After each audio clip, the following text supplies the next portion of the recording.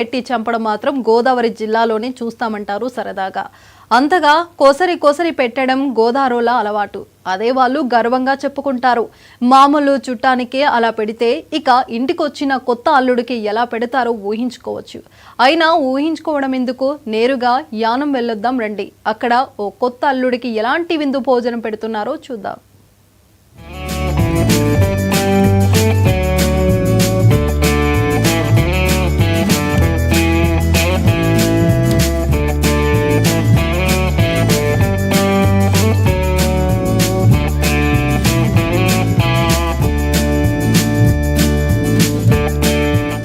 కేంద్రపాలిత ప్రాంతమైన పాండిచ్చేరి పరిధిలోకి వచ్చే యానం భౌతికంగా కాకినాడకు, కోనసీమకు మధ్యలో ఉంటుంది. అందుకే అక్కడి ఆచార వ్యవహారాలన్నీ ఆ రెండు ప్రాంతాలని తలపిస్తాయి. ఈ యానాంలో మాజేటి సత్యభాస్కర్ అనే పేరు మోసిన వ్యాపారిది ఉమ్మడి కుటుంబం. సంక్రాంతి పండుగ సాంప్రదాయబద్ధంగా ఘనంగా జరుపుకోవటం ఆ ఉమ్మడి కుటుంబానికి ఆనవాయితీ. ఉదయాన్నే హరికీర్తనలతో వచ్చే హరిదాసుకు బియ్యం ఇవ్వటం మొదలు 200 అడుగుల భోగి పిడుకుల దండతో భోగి మంటలు వేయడం దాకా అన్నీ సాంప్రదాయబద్ధంగా సాగిపోవాల్సిందే. ఈ రోజున భోగి పండుగతోటి ఉదయం నుంచి కూడా ఇక్కడ సంక్రాంతి వేడుకలు మా కుటుంబంలో ఏర్పాటు చేసాం. మా ఇంటి దగ్గర మాది ఒక ఉమ్మడి కుటుంబం, 4 బ్రదర్స్, ఒక సిస్టర్. అదేవిధంగా మా చిన్నమ్మాయి, పెద్దమ్మాయి రమ్య శ్రీనివాసు ఆస్ట్రేలియాలో ఉంటారు. చిన్నమ్మాయి డాక్టర్ శుభహరిణ్య, సాకేత్ గారు విజయవాడ, దోసపాటి విశ్వేశ్వరరావు అబ్బాయి.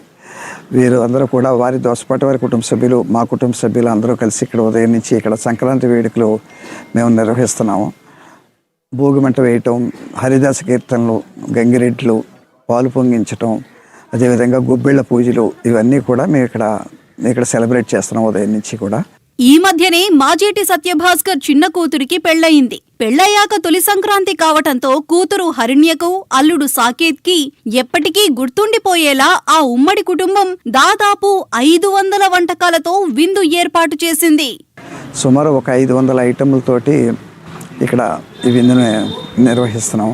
దీనికోసం అప్పుడే ఇంట్లో మా ఉమ్మడి కుటుంబ సభ్యులందరూ కలిసి అప్పుడే వారం రోజుల మట్టే కష్టపడుతున్నారు ఐటమ్స్ అన్ని తయారు చేయడానికి. ఒక ఇంచుమించుగా 500 ఫుడ్ ఐటెంలతోటి విందు ఏర్పాటు చేసాం. ఇలాగే ఈ సంక్రాంతి వేడుకలు సాంప్రదాయబద్ధంగా చేసుకోవటం అన్నది మాకు చిన్నప్పటి నుంచి అలవాటు.